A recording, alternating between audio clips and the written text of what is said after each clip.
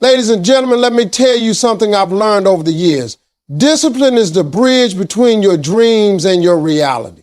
You can have all the talent in the world. You can have the best ideas, the biggest vision. But if you don't have discipline, you will never cross that bridge. Your brain is like a muscle. If you don't train it, it stays weak, it stays lazy, and it will talk you out of your own greatness. You have to decide every single day to take control of your thoughts, because your thoughts control your actions and your actions control your life. Let me tell you something I know for a fact. Nothing, and I mean nothing, will change in your life until you understand that discipline is a mental decision before it's a physical action. See, most people think discipline is about just doing the thing. Getting up early, going to the gym, sticking to the plan. But that's only the end result. The real battle starts up here in your head before you even move a muscle. Your brain is the command center. If you win in your mind, your body will follow. But if you lose in your mind, it doesn't matter how much potential you've got, you keep finding reasons to quit before you even start. That's why you've got to start training your brain like it's the most important piece of equipment you'll ever own, because it is. Now, here's the thing. Your brain is not naturally programmed for discipline. It's programmed for comfort, for survival, for doing the least amount of work to keep you alive. And in a world where comfort is easy to get with one click, with one excuse, you've got to fight against that natural setting. Every morning, the moment you open your eyes, your mind starts negotiating. It tells you, stay in bed a little longer. You can do it tomorrow. Nobody will know if you skipped today. And that's the voice that has been running your life every time you've fallen short. The first step to discipline is recognizing that voice and deciding you're not taking orders from it anymore. You've got to reprogram that inner dialogue to say, get up, do it now, keep going, even when you don't feel like it. And let me be real with you. Training your brain for discipline isn't about one big moment of inspiration. It's about the little moments you win over yourself all day long. When you tell yourself, I'll just do it later, that's a mental rep you just skipped. But when you say, no, I'll do it right now, that's a rep you completed. And every completed rep makes your mental muscle stronger, just like lifting weights. You can't expect to get stronger if you don't put in the rep. Every time you choose action over comfort, you're reinforcing to your brain that you are in control. And that is the foundation of discipline. You also have to realize that discipline in the mind starts with clarity. If your brain doesn't know exactly what you want, it will default to whatever's easiest. You've got to tell it what the target is clearly and specifically. If you want to wake up early, don't just say, I'll get up early. Say, I'll get up at 5:30. A-E-M-A, no matter what. If you want to save money, don't just say, I'm going to save. Say, I'm saving $200, 0 cents from every paycheck. The more specific the command you give your brain, the less room it has to talk you out of it. And understand this, discipline in the mind isn't something you master in a week.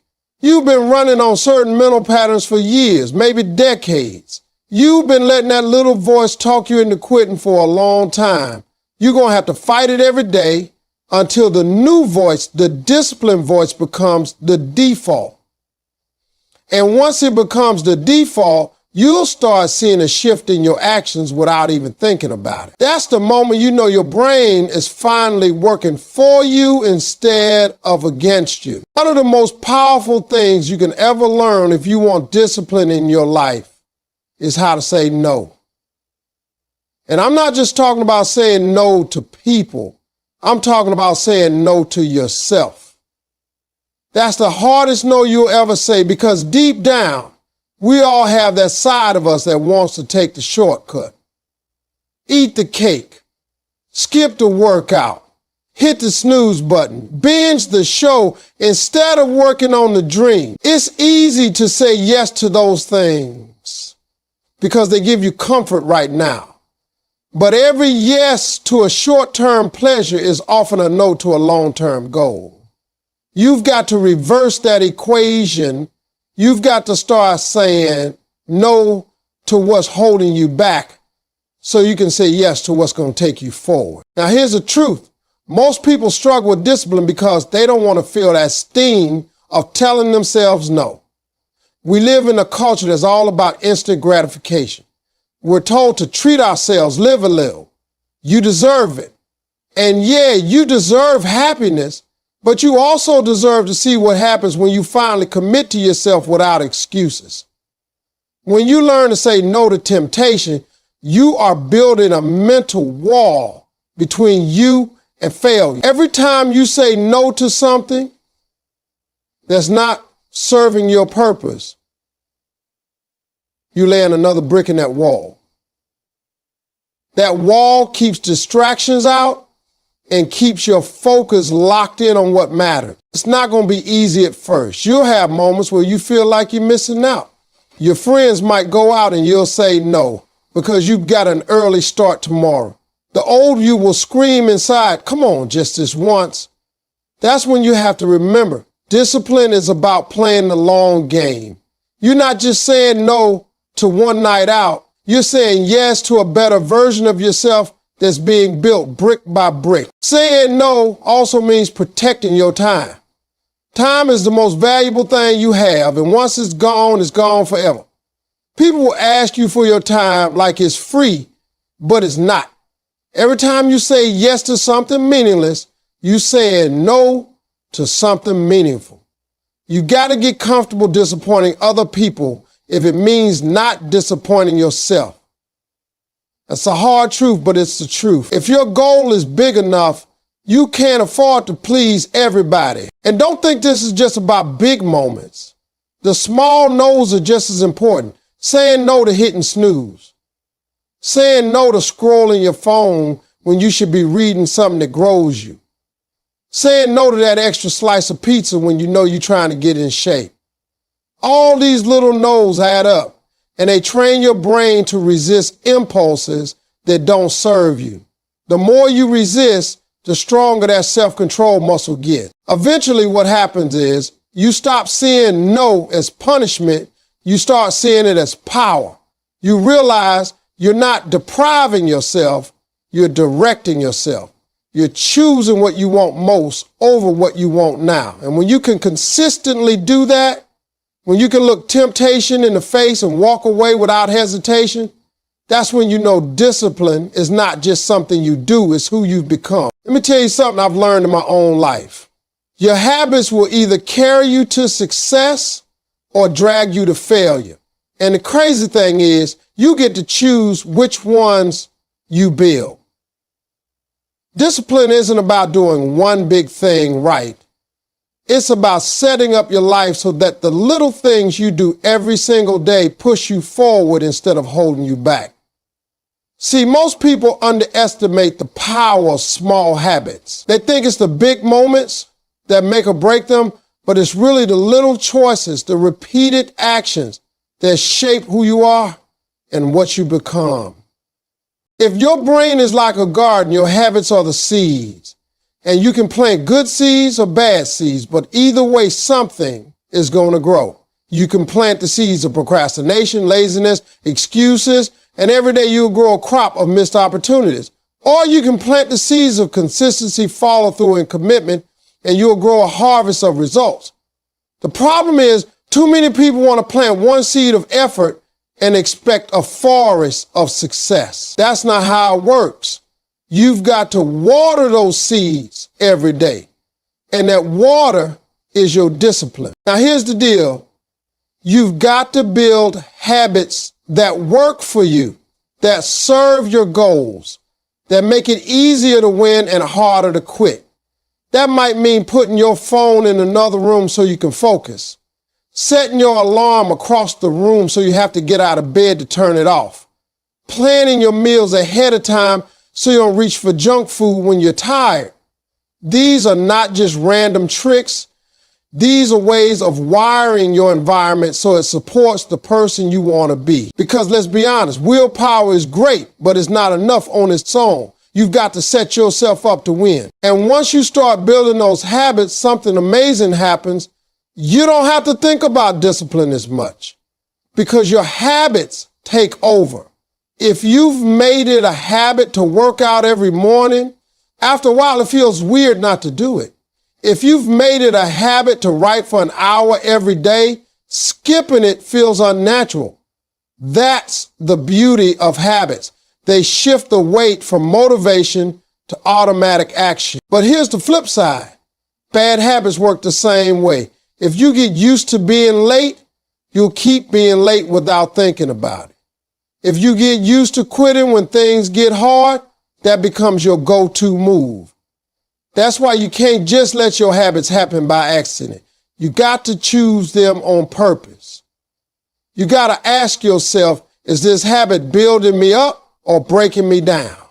And if it's breaking you down, you got to replace it, not just remove it. Because if you remove a habit and don't replace it with something better, the old one will creep back in before you know it. It's also important to understand that habits aren't built overnight. They're built over time through repetition and consistency. The first week, it feels forced. The second week, it feels a little easier. The third week, it starts to feel normal.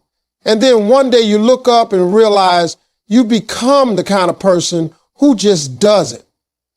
That's when you know you've trained your brain to work for you. Your brain is like a computer, and just like a computer, it can only produce what you program into it. If you feed it junk, you're going to get junk results. If you feed it greatness, you're going to get greatness out of it. Too many people want to live disciplined, focused, successful lives, but they're constantly filling their minds with negativity, drama, gossip, fear, and doubt. You cannot expect to live a disciplined life when you're training your brain to be distracted, insecure, and unfocused. Your mind becomes what you feed it. So if you want discipline, you got to start feeding your mind the kind of input that supports it. When you wake up in the morning, what's the first thing you give your brain? If the first thing is social media drama, bad news, or people complaining, you're already programming yourself to react instead of act. You're letting the world set your tone instead of setting it yourself. That's why you've got to be intentional about your mental diet. Just like your body needs the right nutrients to stay healthy, your mind needs the right information to stay strong and disciplined. You've got to consume things that inspire you, challenge you, teach you, and push you to think bigger. And it's not just about avoiding bad information. It's about surrounding yourself with good information. Read books that expand your thinking. Listen to podcasts that give you strategies to grow. Watch videos that motivate you to move forward. Hang around people who are serious about their goals. People who aren't afraid to call you out when you're slipping. People who talk about ideas instead of other people. If you spend enough time around discipline, it rubs off on you. The problem is most folks underestimate how powerful the little things are. That song you're listening to every day. That TV show you binge. That conversation you keep having with the wrong person. All of that is feeding your mind something. And just like with food, if you eat junk once in a while, you can recover. But if junk is your main diet, you're going to get sick. The same applies to your brain. If you feed it mental junk every day, your thinking gets unhealthy, your focus gets weak, and your discipline gets soft. It's the truth. Discipline is not just about forcing yourself to work hard. It's about creating an environment in your head that makes working hard the natural choice. When your mind is full of good ideas, strong beliefs, and inspiring vision, you don't have to fight yourself as much to stay on track. Your brain is already working in the right direction. But if your mind is full of fear, anger, and distractions, then every day is an uphill battle just to get started. You've got to be ruthless about protecting what gets in. That means turning off the news if it's just negativity, unfollowing accounts that don't add value, walking away from conversations that pull you down, and replacing them with content and connections that lift you up. It's not about pretending bad things don't exist. It's about making sure your mind is focused on what's going to keep you disciplined and moving forward. Because the truth is, your brain will believe whatever you keep showing it. If you feed it strength, it will give you strength. If you feed it weakness, it will give you weakness. You decide which one it's going to be. A lot of people mess up on discipline because they think it means being perfect every single day, never missing a beat, never slipping up. And the moment they mess up once, they throw their hands up and say, well, I guess I blew it. That's the wrong mindset. Discipline is not about perfection. It's about consistency. You're not in a competition to see how flawless you can be.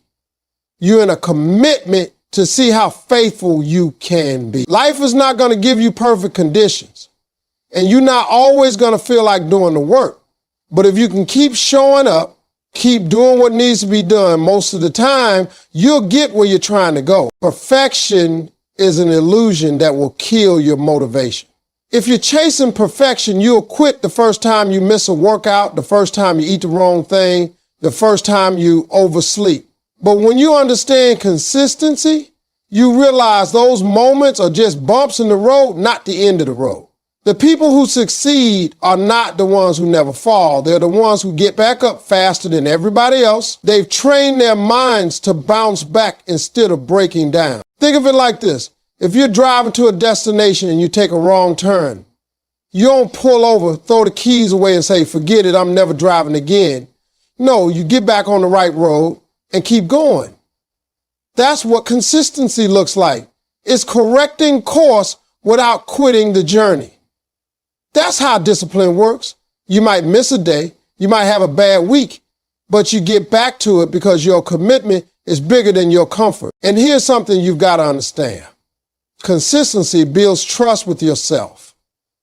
Every time you follow through on what you said you would do, even in a small way, you're telling your brain, I can count on me. That trust is the foundation of discipline. Without it, your brain will doubt you every time you set a goal. But when you've been consistent long enough, your brain stops questioning you because it knows you'll show up, even when you don't feel like it. Consistency also compounds. One day of doing the right thing might not feel like it's making a difference, but when you stack those days on top of each other, that's when the magic happens. Just like you don't get out of shape from one bad meal, you don't get in shape from one good workout.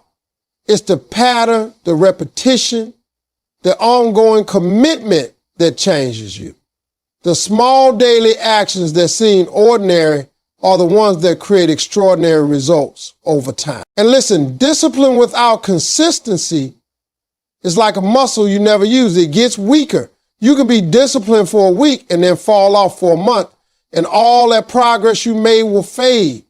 But if you keep showing up, even at 70% effort some days, you're still moving forward. You're still keeping the muscle active.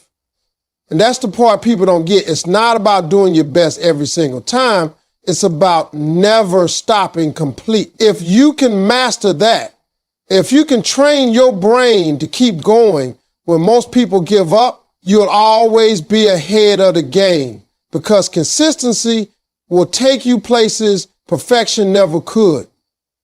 The truth is, you can try every productivity hack, every morning routine, every motivational video out there, but if you don't have a deep reason behind your discipline, you won't last. You've got to connect your discipline to your why. Your why is the engine that drives you when your motivation runs out.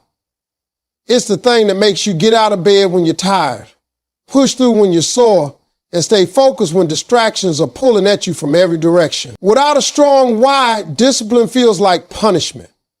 But when your why is clear, discipline feels like an investment. Most people give up on their goals not because they aren't capable, but because they never took the time to connect what they're doing to something that truly matters to them. If you're trying to get in shape just because it sounds nice, the first time you crave junk food, you'll cave. But if your why is to live long enough to see your kids grow up, to walk your daughter down the aisle, to run around with your grandkids, suddenly that workout isn't just about muscles. It's about moments you want to live to see. That's the difference a why makes. Your why has to be personal. It can't be something you borrowed from someone else. You can't do it just because society says you should, or because your friend is doing it. You got to dig deep and figure out what really matters to you. Maybe it's providing for your family so they never have to struggle like you did. Maybe it's proving to yourself that you can accomplish what people said you couldn't. Maybe it's building a legacy so your name means something long after you're gone. When your discipline is tied to something that hits you in the heart, quitting stops being an option you're willing to take. And you've got to remind yourself of your why constantly. Write it down. Put it somewhere you'll see it every day. When the alarm goes off and you don't feel like getting up, look at your why. When you're tempted to waste hours scrolling your phone, think about your why. When the path gets hard, and it will, your why is what pulls you through, because the truth is, your brain will always try to talk you out of hard things. But your why can be louder if you keep it in front of you. Your why also gives meaning to the sacrifices discipline demands. Waking up early, skipping parties, working late, saving money instead of spending. These things feel like losses if you're doing them for no reason. But when you know they're steps toward the life you want, they feel like wins. You stop focusing on what you're missing and start focusing on what you're gaining. And here's something powerful. Your why will grow with you. At first, it might be about survival, just getting out of a tough spot. Later, it might become about growth, pushing your limits, building something bigger than yourself. Either way, when you link your discipline to your why, you create a bond that's hard to break. You stop asking yourself, do I feel like it? And start telling yourself, I'm doing it because I have to. That's the point where discipline stops being a chore and starts being a part of who you are. Because you're no longer just working for the goal, you're working for the reason behind the goal.